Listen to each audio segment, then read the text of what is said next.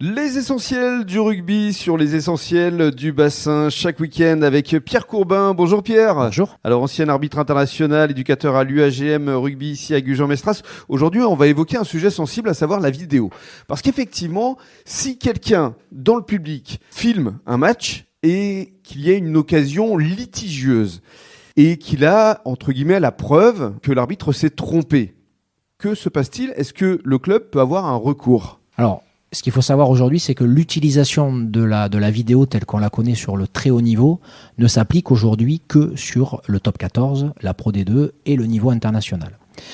Toutes les rencontres qui sont en dessous de ces niveaux de pratique, alors comme c'est le cas par exemple en Fédéral 1 ici pour l'UAGM, n'ont pas cet apport de la vidéo au sens propre du terme et réglementé par les instances internationales ou nationales. En tout cas en direct.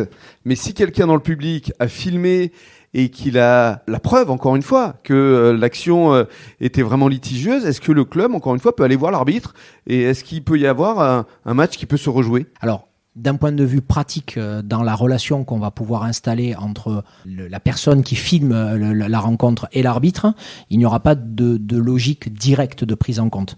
Ce qui peut éventuellement arriver, c'est d'avoir une volonté de la part du club d'aller chercher la vérité autour de ce qui a pu se passer et de pouvoir, entre guillemets, challenger le corps arbitral au regard de ces enjeux en montant ce qu'on appelle aujourd'hui une logique de réclamation auprès des instances. Et alors justement, les réactions des instances, la plupart du temps, quelles sont-elles? Les instances aujourd'hui, elles se questionnent de plus en plus sur ces enjeux d'erreur, on va dire, à dimension arbitrale. Et, il arrive que ces éléments soient pris en compte. Comme il arrive également que ces éléments ne soient pas pris en compte. Mais c'est vrai que dans le rugby, on disait souvent que l'arbitre avait toujours raison. Donc c'est vrai que ça remet quand même beaucoup de choses en question, tout ça. C'est la base des fondamentaux de l'éducation qu'on apporte aux enfants sur la dynamique éducative au sein de l'école de rugby. Moi qui suis éducateur passionné de ces engagements, je m'évertue tous les week-ends, même quand je vois des erreurs des arbitres en tant qu'entraîneur, à ne pas rentrer dans ces enjeux. C'est-à-dire que l'arbitre au rugby, il fait partie du jeu et il a le droit. Il a le droit à l'erreur. Il a le droit de se tromper. L'erreur est humaine. Et on est, à mon avis, aujourd'hui, un des seuls sports, je pense, collectifs, qui accepte que l'erreur appartienne au corps arbitral et soit portée par le corps arbitral. On apprend aux enfants depuis tout petit que l'arbitre a le droit de se tromper, mais qu'il aura quand même raison. Et c'est vrai que, fondamentalement parlant, c'est un enjeu qui serait essentiel qu'on arrive à porter au-delà des semaines, voire des mois à venir. Oui, mais cela étant, c'est vrai que vous ne pouvez pas lutter contre la vidéo. Et c'est vrai qu'il y a eu certains matchs qui ont été rejoués parce qu'il n'y avait pas le nombre de joueurs qui devaient être logiques sur le terrain. Et là encore, voilà, il y a une remise en cause de l'arbitre, forcément. Il y a une remise en cause de l'arbitre. Ce qu'il faut se dire, c'est que les niveaux de pratique où on est aujourd'hui en tant qu'arbitre ne nous amènent pas à être des professionnels du monde de l'arbitrage. On aura ces dimensions de professionnalisme à partir du Pro D2 et de Top 14, où là les enjeux sont encore plus exacerbés.